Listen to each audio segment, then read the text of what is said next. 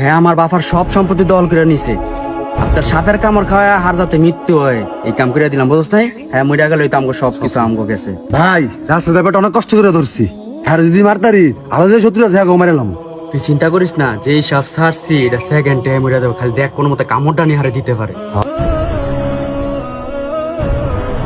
হে আল্লাহ, Russell viper বিষধর সাপ থেকে আমাদের রক্ষা করো, আমিন।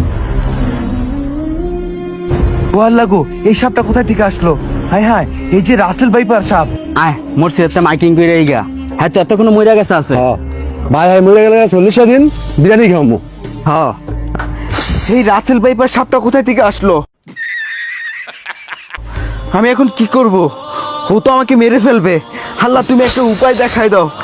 ও যদি আমার পায়ে কামড় দেয় আমি তো সাথে সাথে মারা যাব। এখন বর্তমানে বাংলাদেশে এইসব সাপ ছড়িয়ে গেছে গা। আল্লাহ তুমি আমার রক্ষা করো, আমি যদি মারা যাই আমার ছেলে মেয়েদের কে দেখবে? আল্লাহ তুমি আমাকে রক্ষা করো, এই বিষধর সাপ আমাকে মেরে ফেলবে। আউযু বিকালিমাতিল্লাহি মিন শাররি মা খালাক। আল্লাহ আল্লাহ তুমি আমার রক্ষা করছো আল্লাহ, তোমার কাছে লাখ লাখ শুকরিয়া।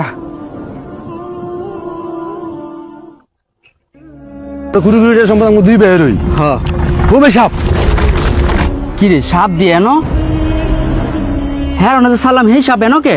এই সাপি দামু কামড়ে যেতেছে, হ্যাঁ কি মরে নাই ভাই? এই সাপি দামু কামড়ে যেতেছে ভাই, দৌড় দে।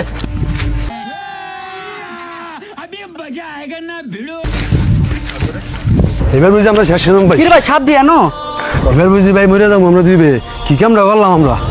পরে ভাই আমার সরল সোজা বাইটার লগে আমার এই কাম করা তো ঠিক হয় নাই। পরের জন্য কত কইরা নিজে সেই কুয়ার মধ্যে পড়লাম। আমার ছোট বাইটার এই কাজটা করা ঠিক হয় নাই রে ভাই। আয় আমার বাইটার কাছে আমরা মাপ চাই লাইগা। হ্যাঁ ভাই আয়ো মাপ চাইতে ভাই বাইরের কাছে। ভাই তুই এনো ভাই, তোর লাগে আমরা অনেক অপরাধ করছি ভাই। ভাই আর জীবনে তোর লাগে কোনো অপরাধ করতাম আমরা নিজেরা ভাই সাপ ছেড়ে দিয়েছি ভাই তোরা মারার লিগা ভাই। ভাই আমাকে মাফ করে দি ভাই, যা সম্পত্তি আছে আমরা মিল্লা জিল্লা খামু। ভাই সত্যি যারা আল্লাহর কাজ করে হেরা কখনো বিপদে পড়ে না, আজকে তা প্রমাণ পেলাম। ভাই একটা কথা বলি, অন্যকে কখনো ক্ষতি করিস না, অন্যের জন্য ক্ষতি করলে সেই ক্ষতি কিন্তু নিজেরই হয়। আর তোরা নামাজ পড়, নামাজি ব্যক্তি কখনো গরিব থাকে না, বরং আল্লাহ পাক তার রিজিক বাড়িয়ে দেয়। ঠিক আছে ভাই, আমি তোকে ক্ষমা করে দিলাম, কিন্তু এর বিনিময় তুই আল্লাহ পাকের কাছে তওবা করবি এবং 5 ওয়াক্ত নামাজ পড়বি তোরা সবাই।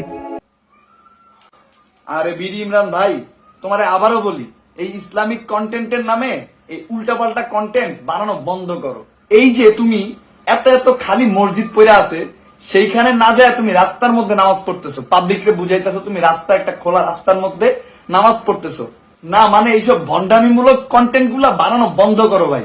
ইসলামিক কন্টেন্ট যদি বানাইতে চাও তাহলে আমাদের ধর্মের মানিজ্যটা একটু রাখো।